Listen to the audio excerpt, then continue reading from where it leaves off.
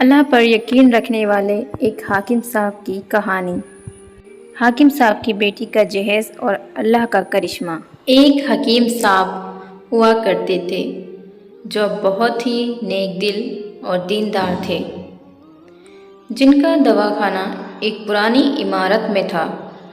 हकीम साहब रोज़ अपने दवाखाने जाने से पहले अपनी बीवी से कहते कि जिस चीज़ की ज़रूरत तुमको आज है वो तुम एक कागज़ पर लिखकर दे दो, तो उनकी बीवी लिखकर दे देती। हकीम साहब अपनी दुकान पर जाकर सबसे पहले उस पर्चे को खोलते, बीवी ने जो कुछ लिखा होता वो उनका हिसाब लगाते और उसका टोटल करते। फिर अल्लाह से दुआ करते कि या खुदा, मैं तेरे हुक्म के तामिल में तेरी इबादत छोड़कर यहाँ दुनियादारी के चक्कर में आ बैठा हूँ।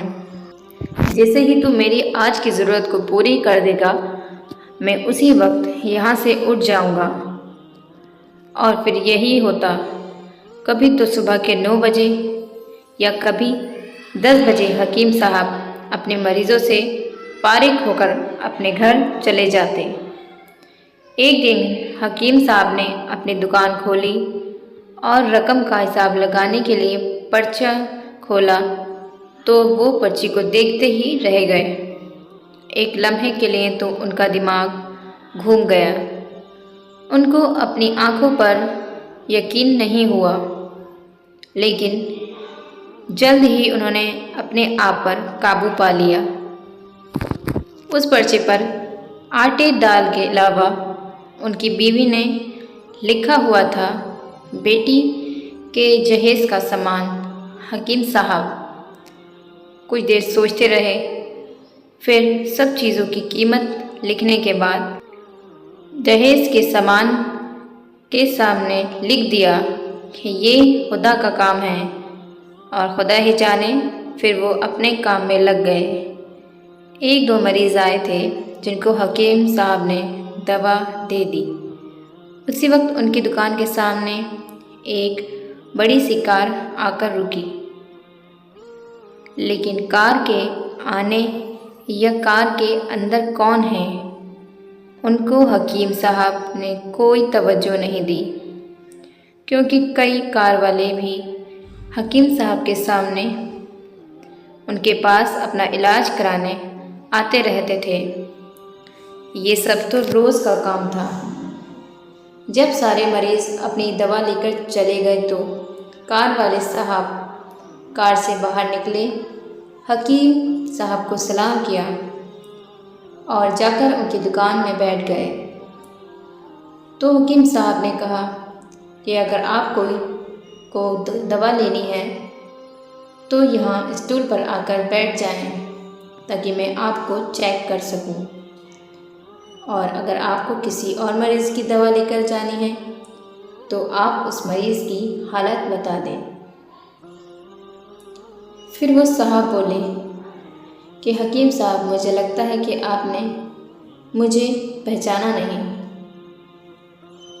लेकिन आप भला मुझे पहचान भी कैसे सकते हैं, क्योंकि मैं आपसे 15 साल बाद मिल रहा हूँ। अपनी पहचान के लिए मैं आपको अपनी पुरानी मुलाकात के बारे में बताता हूँ। जब मैं पहली मर्तबा यहाँ पर आया था तो मैं यहाँ खुद नहीं आया था, बल्कि मुझे यहाँ खुदा ने भेजा था, क्योंकि खुदा को मुझ पर रहम आ गया था और वो मेरा घर आबाद करना चाहता था। हुआ कुछ ऐसा था कि मैं अपने गांव जा रहा था, तभी हमारी गाड़ी आपकी दुकान के सामने आकर पंचर हो गई।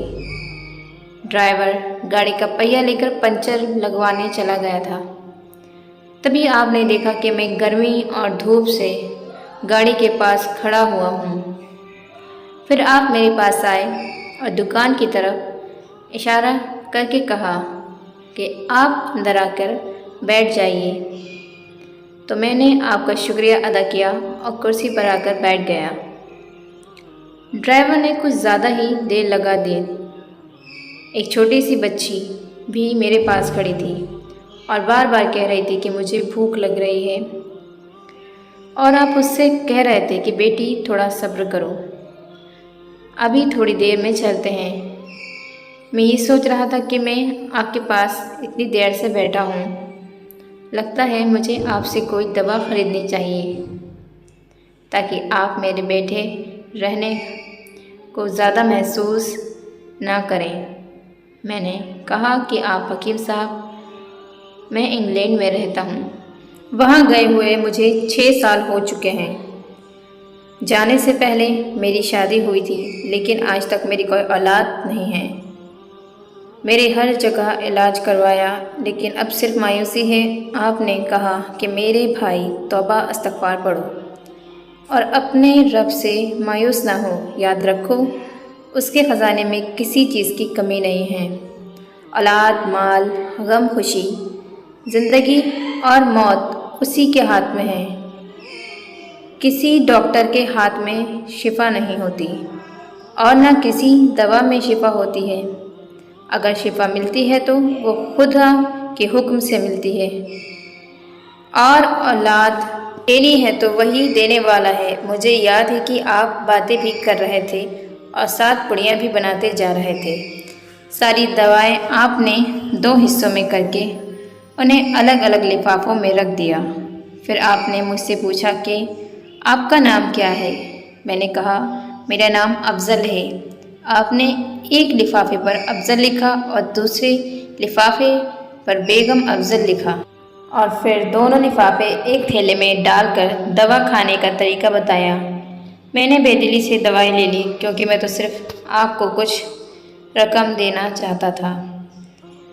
लेकिन जब दवा लेने के बाद मैंने पूछा कि कितने पैसे देने हैं, तो आपने कहा कि बस ठीक है। मुझे कुछ समझ में नहीं आया, तो मैंने दोबारा पूछा, तो आपने कहा कि आज का खाता बंद हो गया है। तो मैंने कहा कि मुझे आपकी बात समझ में नहीं आई। वहीं पर एक शख्स और मौजूद था, तो उसने मुझे बताया कि खाता बंद होने का मतलब है कि हकीम साहब ने आज के घरेलू खर्चे के लिए जितनी रकम खुदा से मांगी थी वो खुदा ने उन्हें दे दी है। ज़्यादा रकम वो नहीं ले सकते। मैं बहुत हैरान हुआ और दिल ही दिल में शर्मिंदा हुआ कि मेरे कितने घटिया ख्यालात थे और ये सादा सा हकीम कितना अजीम इंसान है। फिर मैंने अपने घर जाकर अपनी बेगम को ये दवाएं खिलाई और उसे सारी बात समझाई, तो वह कहने लगी कि वो कोई इंसान नहीं बल्कि हमारे लिए तो एक फ़रिश्ता है। मुझे यकीन है कि उनकी दी हुई दवा हमारे लिए फ़ायदेमंद साबित होगी। हकीम साहब, आज मैं 3 बच्चों का बाप हूँ। खुदा ने आपको हमारी मदद का वसीला बनाया। हम हमेशा आपके लिए दुआ करते हैं। जब भी मैं अपने गांव छुट्टी पर आया तो हर बार मैं आपकी दुकान पर आया, लेकिन मुझे हमेशा आपकी दुकान बंद ही मिली। मैं कल दोपहर को भी आया था, लेकिन आपकी दुकान कल भी बंद थी। वहीं एक आदमी खड़ा था, उसने कहा कि अगर आपको हकीम साहब से मिलना है तो आप सुबह 9 बजे आ जाएं, वरना उनसे मिलना मुश्किल है। इसलिए मैं आज आपसे मिलने सुबह सुबह आया हूँ। जब 15 साल पहले मैंने आपकी दुकान में एक छोटी बच्ची देखी थी, तो मैंने बताया था कि उसे देखकर मुझे मेरी भांजी याद आ रही है। मेरी भांजी की शादी इस महीने में ही होनी थी। उसकी शादी का सारा खर्च मैंने अपने ज़िम्मे लिया था। मैंने उसे पैसे भिजवाए थे कि वे अपनी मर्ज़ी की चीज़ें खरीद ले। उसे बुखार था, लेकिन उसने किसी को नहीं बताया। वो बुखार की दवाइयाँ खाती रही और घूमती रही। फिर एक दिन वो बाज़ार में बेहोश होकर गिर गई। अस्पताल ले जाने के बाद पता चला कि उसे बहुत तेज़ बुखार है और वो बहुत ही बुरी हालत में ही दुनिया से चली गई। उसके इंतकाल होने के बाद न जाने क्यों मुझे और मेरी बीवी को आपकी बेटी का ख्याल आया। हमने ये फैसला किया कि हम दहेज का सारा सामान आपकी बेटी के लिए पहुंचा देंगे, और आप अगर शादी जल्दी हो गई हो तो सारा इंतज़ाम खुद ही कर लेंगे, और अगर अभी कुछ वक्त हो तो नगद रकम पहुंचा देंगे। मेरी आपसे गुजारिश है कि आप इन सब के लिए मुझे मना नहीं करेंगे। ये सुनकर हकीम साहब हैरान हुए और परेशान थे, और फिर बोले, अफजल साहब, आप जो कुछ कह रहे हैं मुझे तो यकीन नहीं हो रहा। मैंने आज सुबह बीवी के हाथ से लिखी हुई पर्ची देखी तो घर के खाने पीने के सामान के साथ बेटी का जहेज का सामान लाने को लिखा हुआ था। और आप खुद देख लें कि पर्ची पर क्या लिखा हुआ है। ये कहकर हकीम साहब ने पर्ची अफजल साहब के हाथ में थमा दी। अफजल साहब ने जब पर्ची देखी तो वो देखकर हैरान हो गए। उस पर लिखा था कि ये खुदा का काम है, खुदा ही जाने। हकीम साहब ने कहा, अफजल साहब यकीन मानिए, जो भी मेरी बीवी ने पर्ची में लिखा है, आज तक ऐसा नहीं हुआ कि उन सब चीज़ों को लाने के बंदोबस्त नहीं हुआ।